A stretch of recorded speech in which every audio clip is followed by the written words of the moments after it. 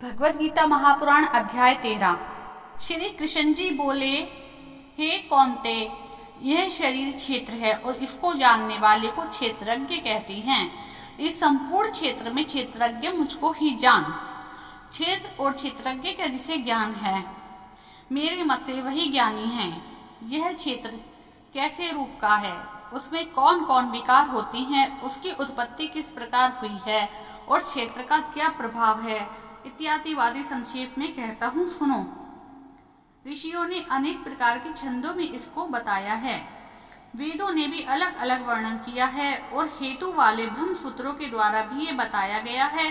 पंच महाभूत, अहंकार, बुद्धि, अव्यक्त प्रकृति, 10 इंद्रियां, मन तथा 5 इंद्रियों के विषय तथा इच्छा, द्वेष, सुख दुख, संघात, चेतना, धृति तथा इनके समूह क्षेत्र और क्षेत्रज्ञ के यही विकार है। मान और पाखंड से रहित अहिंसा, सहनशीलता, सरलता, गुरु की सेवा, पवित्रता, अपने मन का संयम, इंद्रियों के विषय से विरक्त, अहंकार रहित और जन्म मृत्यु, बुढ़ापा, रोग, दुखादि दोषों को देखना, पुत्र, स्त्री, गृह इत्यादि में आसक्ति न करना, अर्थात इनमें अपने को सुखी दुखी ना मानना और इष्ट और अनिष्ट की प्राप्ति में हर्ष विषाद रहित रहना, अनन्य भाव से मेरी अनन्य भक्ति एकांत में करना, जन समूह में रहने से विराग, सदा स्मरण रखना कि मैं परम परमात्मा का ही अंश हूँ, ज्ञान प्राप्ति के उद्देश्य से मोक्ष को सर्वश्रेष्ठ मानना, इसे ही ज्ञान कहते हैं। इससे जो भिन्न है वही अज्ञान है। अब ज्ञेय के रूप में वर्णन करते हैं। जिसको जान मनुष्य मोक्ष को पाता है, वह आदि रहित, बड़ों से बड़ा, अकथनीय होने से सत और असत ही कहा जाता है। सब और उसके हाथ, पैर, नेत्र, सिर, मुख और कान है। वही जगत में सबको घेरे हुए स्थित है। वह सब इंद्रियों के गुणों का प्रकाश है, पर उसकी कोई इंद्री नहीं है। आसक्ति रहित होकर भी वह सबका भरण पोषण करता है। वह स्वयं निर्गुण होने पर भी गुणों का भोगता है। जो सब गुणों के बाहर भीतर है तो भी चर और अचर है, जो अत्यंत सूक्ष्म होने के कारण जाना नहीं जाता, जो पास भी है दूर भी है, जिसके विभाग नहीं होते पर जो भिन्न भिन्न भागों में विभक्त रहता है पर समान रहता है, समस्त भूतों का पालन, नाश और उत्पन्न करने वाला है, वही ज्ञेय है। वह अंधकार से परे ज्योतिर्मान पदार्थों को ज्योति देता है। वह जानने योग्य और तत्व ज्ञान से प्राप्त सबके हृदय में वास करता है। इस प्रकार क्षेत्र ज्ञान और क्षेत्रज्ञ इसको संक्षेप में कहा गया है। इसे जानकर मेरा भक्त मेरे पद को प्राप्त होता है। प्रकृति और पुरुष दोनों ही अनादि हैं। विकारों और गुणों की उत्पत्ति प्रकृति से हुई है। कार्य और कारण को प्रकृति उत्पन्न करती है।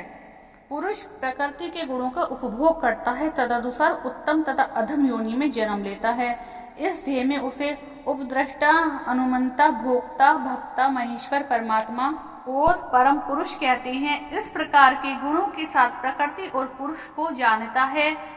उसका रहना चाहे जैसा भी हो, पुनः जन्म नहीं होता। कोई ध्यान से, कोई सांख्य योग से और कोई कर्म योग के द्वारा अपने को आत्मा में देखते हुए, परंतु कोई तो इसी प्रकार ना जानते हुए भी दूसरों से सुनकर ध्यान करते हैं, और जो श्रद्धा से सुनते हैं वे मृत्यु के पार चले जाते हैं। हे अर्जुन, स्थावर या जंगम सब उत्पन्न प्राणी क्षेत्र और क्षेत्रज्ञ के संयोग से ही होते हैं।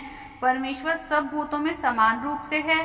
भूतों के नष्ट होने पर भी उसका नाश नहीं होता। इस भांति जो देखता है तथा सब में समान रूप में स्थित परमेश्वर को देखता हुआ जो अपनी आत्मा का नाश नहीं मानता, वह उत्तम गति प्राप्त करता है। जो ये देखता है कि प्रकृति द्वारा सब कर्म होते हैं और आत्मा अकर्ता है, वही मानो देखता है।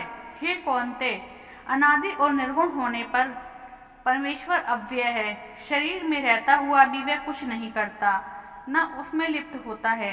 जैसे आकाश सर्वत्र व्याप्त होने पर भी किसी से मिलता नहीं, उसी भांति देह में सर्वत्र व्याप्त यह आत्मा भी इसमें लिप्त नहीं होती। हे भारत, जैसे एक ही सूर्य समस्त लोगों को प्रकाशित करता है, वैसे ही क्षेत्रज्ञ समस्त क्षेत्र को प्रकाशित करता है। जो लोग ज्ञान दृष्टि से क्षेत्र और क्षेत्रज्ञ का भेद तथा भूतों की प्रकृति देखकर मोक्ष का उपाय जान लेते हुए परम पद को पा लेते हैं। प्रकार क्षेत्रीय संपूर्ण संसार और क्षेत्रज्ञ भगवान श्री कृष्ण। इति श्री भगवद गीता महापुराण 13वां अध्याय संपूर्ण।